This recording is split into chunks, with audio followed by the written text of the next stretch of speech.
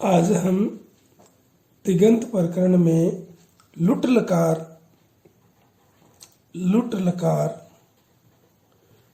में भू धातु की रूप सिद्धि करेंगे। लुट लकार अर्थात अन्यद्यतन भविष्यत काल, अन्यद्यतन भविष्यत काल।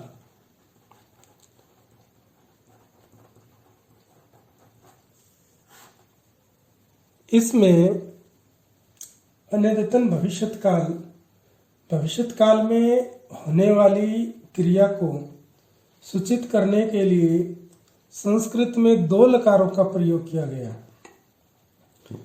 एक अनद्यतन भविष्य और दूसरा सामान्य भविष्य, जिसे लृट लकार कहते हैं। ये जो लुट लकार है वो अनद्यतन भविष्यत काल अर्थात न अद्यतन इति अनद्यतन,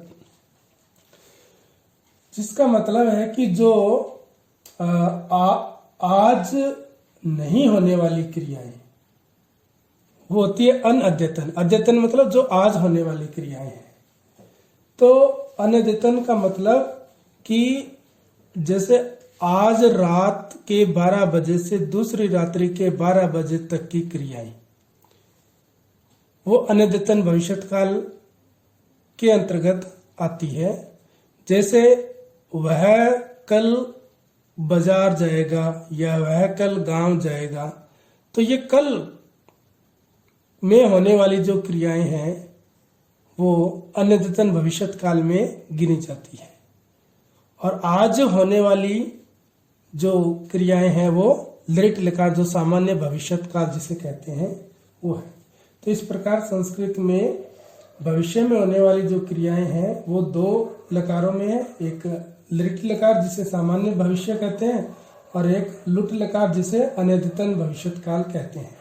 दोनों में थोड़ा सा भिन्नता है। अनद्यतन भविष्य जो क्रिया आज नहीं होगी अर्थात दूरवर्ती भविष्य में होगी, उसे अनद्यतन भविष्यत काल कहते हैं। तो इसमें भू धातु का लुट लकार में प्रथम पुरुष एक वचन रूप है भविता। प्रथम पुरुष एक वचन भविता, इसकी सिद्धि करेंगे। तो भविता में सबसे पहले ये अनद्यतन लुट है, तो अनद्यतन लुट लकार का सूत्र लगेगा अन्यद्यतने लुट।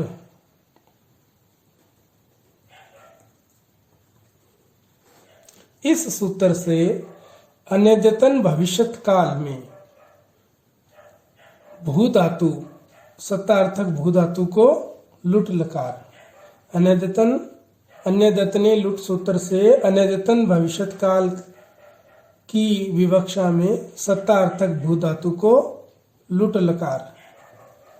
लकार कर दिया। तो ये बन गया भू धन लुट। अब जैसे हमने लट लकार में किया था इनके अनुबंधों का लोप, वैसे यहाँ करना है। ट की अलंतम से इत संज्ञा हो जाएगी और ऊ की उपदेश से अजनुनासी के इत से इत संज्ञा और तस्य लोप से दोनों का लोप।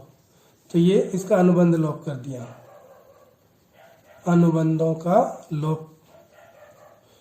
ट की अलंतम से ऊ की उपदेश से अजनुनासी की इत से तस्य लोप से दोनों का लोप कर दिया। तो ऊ और ट इन दोनों अनुबंधों का लोप कर दिया, तो क्या बचा? ल। तो हो गया भू धन ल। अब ल की परस्मयी पद संज्ञा रहेगी लह परस्मयी पदम। सूत्र से लकार के स्थान पर परस्मयी पद के प्रत्यय और तिप तस जी से प्रत्यय लगा लेंगे हमने। तिप तस जी।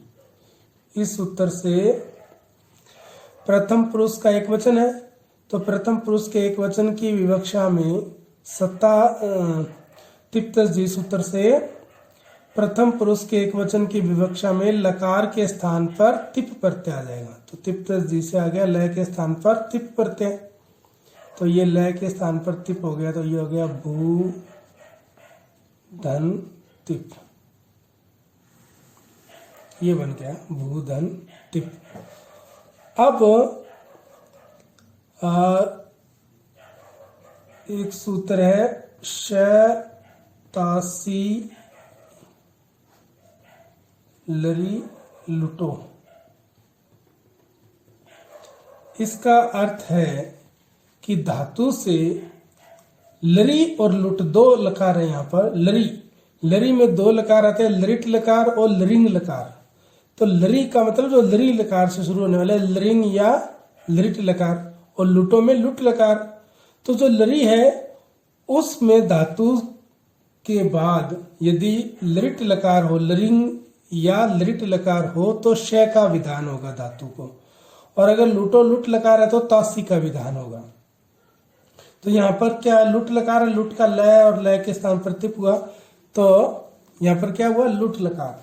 तो स तासी लरी लुटो सूत्र से लुट लकार परे होने पर धातु से श प्रत्यय का विधान,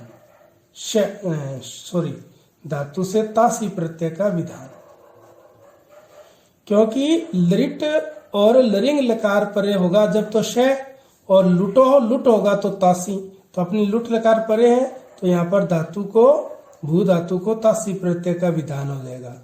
तब ये क्या बन गया, भू धन तासी धन तिप। अब जो तासी में ई है इसकी इत संज्ञा हो जाएगी, उपदेश अजनुनासी के इत से, और तस्य लोप से लोप हो जाएगा। उपदेश अजनुनासी के इत से इत संज्ञा हो जाएगी, ई की तास की ई की, और तस्य लोप से लोप हो जाएगा। तब यहाँ पर क्या बचेगा, ई चली जाएगी तो तास बच जाएगा, भू तास तिप। ई की इत संज्ञा कर दी, उपदेश अजुनासिक इत से, तस्य लोप से इसी का लोप कर दिया, इत संज्ञा की का लोप, तो तास बच गया यहाँ पर।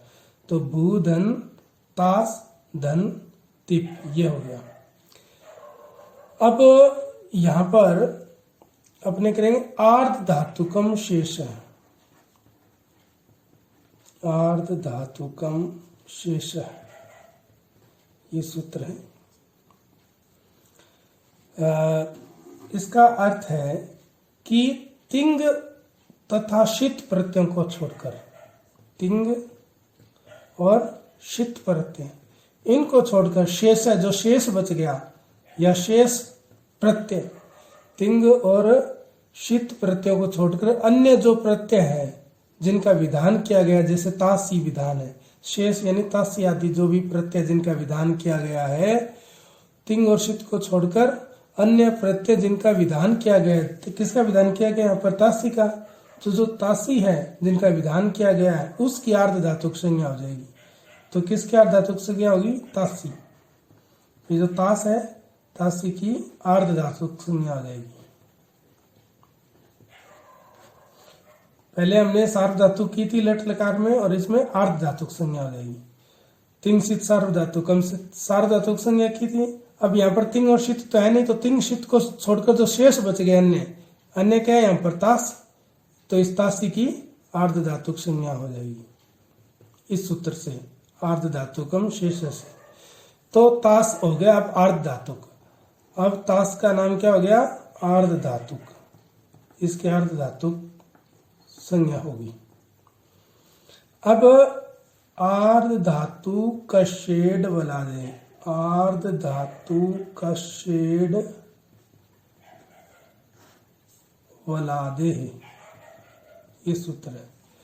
आर्ध धातु कस्य इट वल आदे, इसके अगर हम विच्छेद करेंगे, आर्ध धातु कस्य, आर्ध धातुक को इट का आगम होगा, वल आदे, वल आदि प्रत्यय परे होने पर, वल हो आदि में ऐसा प्रत्यय परे होने पर, ये क्या है, तिप। तिप में जो तय वो वल में आता है, तो वल आदि प्रत्यय है, ये वल आदि प्रत्यय परे है। तो आर्ध धातु को न ये तास, तो इस आर्ध धातु को इट का आगम हो जाएगा, इट यानी ई का आगम हो जाएगा। अब ईट में ई का आगम का मतलब टैकीत संज्ञा, यहाँ पर ये टित है, जिसमें टैकीत संज्ञा वो टित कहलाता है। तो इट है, इट का आगम करेंगे तो तय की संज्ञा हो जाएगी पहले, फिर तो आगम हो जाएगा आर्ध धातु को वलादे, वल हो आदि में, वल प्रत्यार में, तई तिप में जो तय है वो वल में आता है। वल हो आदि में ऐसा प्रत्यय परे होने पर ये वलादि प्रत्यय परे है, तो ये अर्ध धातु का है, इसको इट का आगम हो गया। अब इट का आगम तो हो गया, अब इट का आगम कहां पर करना है हमें? आर्ध धातु के पहले करना है या बाद में करना है, कहां पर करना है? इसके लिए इसका स्थान निर्धारण करने वाला एक सूत्र है आद्यन्तौ टकितौ। आद्यन्तौ टकितौ, यह हमने प्रथम वर्ष में पढ़ा था संधि में। आद्यन्तौ टकितौ, इसमें दो शब्द आदि और अंतौ, आदि अंतौ, आदि और अंत। टकितौ टित और कित, एक तो है टित और एक है कित, एक है आदि और एक है अंत। तो जिसका आगम हो रहा है, जैसे यहाँ पर इट का आगम हो रहा है अभी इस सूत्र से, तो जिसका आगम हो रहा है वो आगम होने वाला यदि टित है जिसमें टय की संज्ञा होती है, तब तो वो जिसको आगम हो रहा है, किसको आगम हो रहा है? आर्ध धातु को, तो उस आर्ध धातु के आदि में लगेगा। इट है, इट में टय की संज्ञा तो ये टित होगी, टय की संज्ञा वाला टित है, तो ये कहां पर आगम होगा? इस आर्ध धातु के आदि में, यानी पहले लगेगा। और यदि वो कित है जिसमें कै की संज्ञा हो, वो कित है, तो ये जिसको आगम हो रहा है उसके अंत में लगेगा। तो यहाँ पर टित इट है, इट में टय की संज्ञा टित है, तो ये कहां पर लगेगा? आदि में। किसके आदि में? आर्ध धातु के। तो सूत्र का मतलब क्या हुआ कि आद्यन्तौ टकितौ, कि जो टित है वो तो आदि में आगम होगा और कित है तो अंत में। तो ये इट क्या टित है, तो इस तास के आदि में यहाँ पर आगम इस सूत्र से हो जाएगा। ये केवल आगम करेगा अर्ध धातु को षड वलादे, वलादि प्रत्यय परे होने पर अर्ध धातु को इट का आगम। और आगम कहां पर होगा? ये आद्यन्तौ टकितौ की सहायता से टित होने के कारण इट का आगम इस अर्ध धातु के आदि में पहले कर देने पर, तब क्या हो गया? ये भू अर्ध धातु से पहले क्या हो गया? इट यानी ई का आगम, बाकी सारे ऐसे कैसे आ जाएंगे यथावत, तास और तिप, ये रह गया आपका। ठीक है। अब ये होने के बाद अब आपका वही सूत्र जो लट लकार में लगता था, सार्वधातुक आर्ध धातुकयोः, सार्वधातुकार्ध धातुकयोः।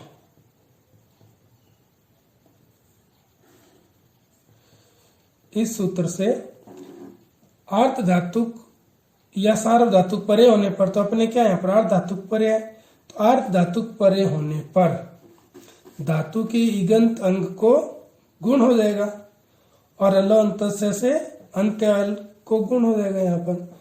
तो धातु का इगंत अंग क्या है यहाँ पर? भय में उ को गुण ओ हो जाएगा। सर धातु का धातु के सूत्र से धातु अर्ध धातु परे होने पर धातु के इगंत अंग उ को गुण ओ हो जाएगा। तब ओ हो गया, ये भू है, उ निकल गया तो भय हलंत और उ को हो गया ओ, भ ओ, यानी भो भी लिख सकते हैं इसको। और आगे यथावत है तास तिप, ये हो गया भ ओ ई तास और टिप, ये स्थिति बन गई यहां तक। अब ओ है, उसके आगे एच है, तो एच ओ या वैसे ओ को हो जाएगा, एचो अयवायावा। सूत्र से एच से प्रयाच होने के कारण एच ओ को अवादेश, ओ को अवादेश हो जाएगा। अब ओ को अब करना है तो भ और ओ को हो गया अव, ई, तास और तिप,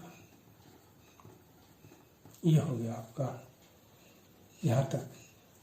अब इसके बाद एक सूत्र है लूटः प्रथमस्य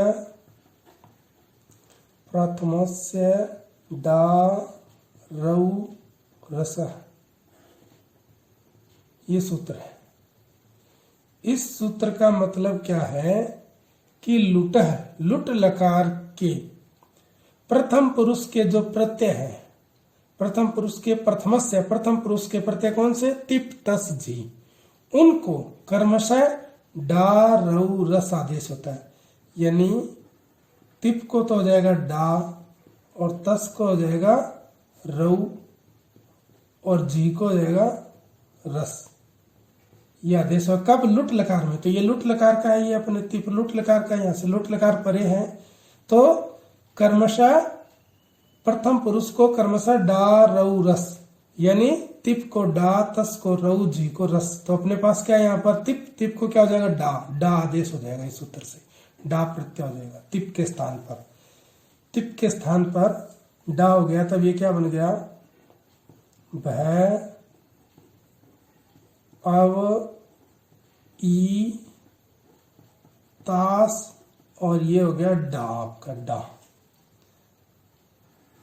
अब जो डा है उसकी संज्ञा हो जाएगी ड, टावरक में चूटू, चूटू सूत्र से ड की इत संज्ञा हो जाएगी और तस् से लोप से उसका लोप हो जाएगा। चूटू से ड की इत संज्ञा और तस् से लोप से लोप, तस् से लोप से ड का इत संज्ञक ड का लोप।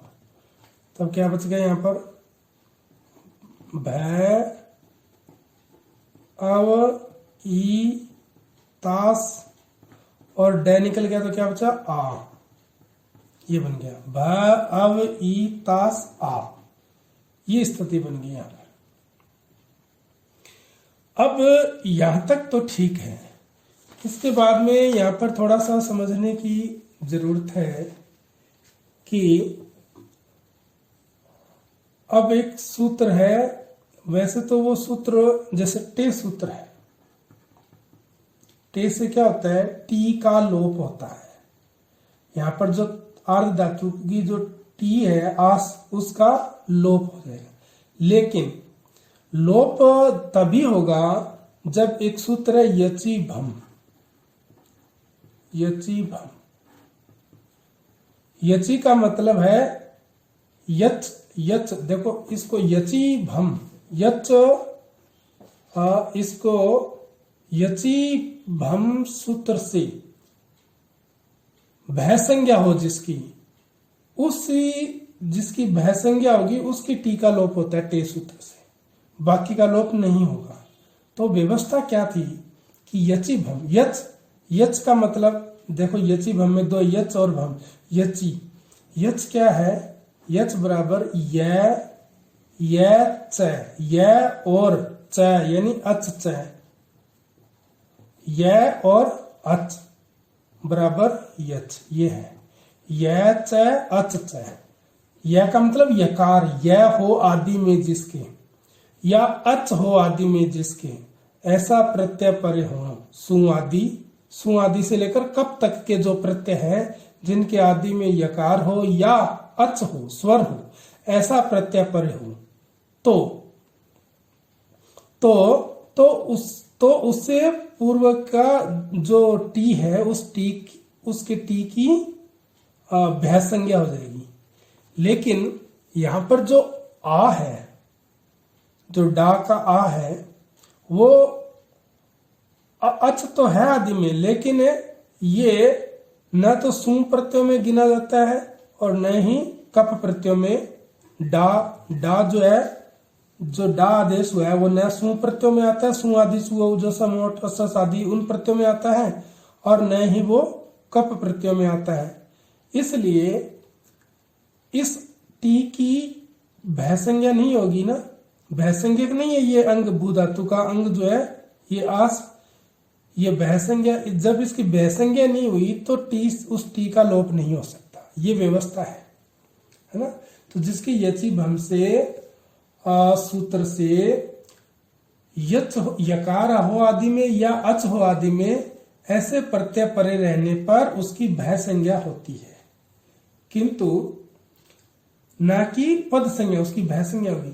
अब सु आदि से लेकर कब तक के प्रत्ययों में यकार और स्वर यानी अच, य और अच, इनसे आरंभ होने वाले प्रत्ययों के आगे यानी यहाँ आगे ये प्रत्यय है तो इसका जो पूर्व पद है उस पूर्व पद की भय संज्ञा होती है।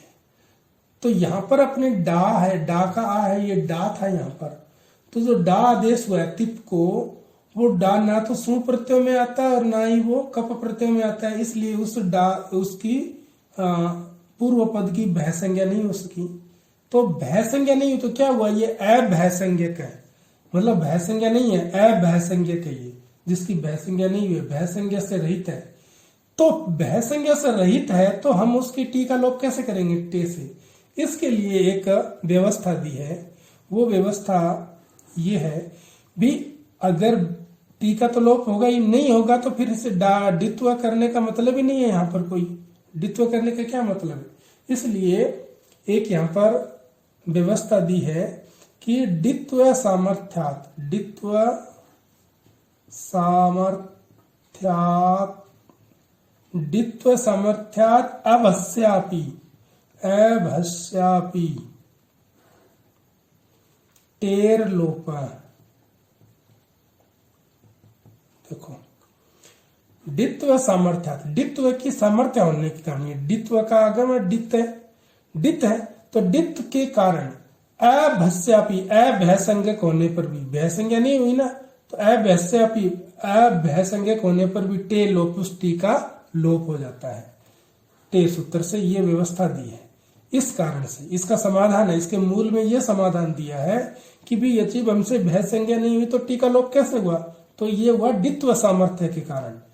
तो डा है ना, डित्व सामर्थ्य के कारण अभस्यापि, अभय संज्ञक को भी, जिसकी भय संज्ञा नहीं हुई है उसको भी, उसकी भी टे लोप, टी का लोप। टी क्या होती है, अचो अंत्यादि टी, यानी या तो अंत में अच वर्ण हो या उस जहां पर अच वर्ण हो उससे लेकर के लास्ट तक का जो वर्ण समुदाय है वो टी है। तो यहाँ पर स में अच तो है नहीं लास्ट में, इससे पहले क्या आता है आ से, तो आ से लेकर स तक जो आस है ये टी होगी। तो इस टी का लोप, टे लोप, टी का लोप। तो इस सूत्र से टी, टी अर्थात आस का लोप करने पर, इसका लोप कर दिया आस का, तास में आस चला गया, तब क्या बच गया, भय अव ई आस, आस का तो लोप ही हो गया, सॉरी तय बच गया तय, और आगे क्या है आ, ये बच गया। भय अव ई और टी यानी आस, जो टी है वो चली गई तो तय हलंत बच गया और आ, ये बन गया। अब इसका वर्ण संयोग कर देंगे तो भय में आ मिल गया भय, वय में ई मिल गई वी, और तय में आ मिल गया ता, भविता, ये इति सिद्धम। ठीक है, इस प्रकार से लुट लकार के प्रथम पुरुष एक वचन भविता की रूप सिद्धि संपन्न।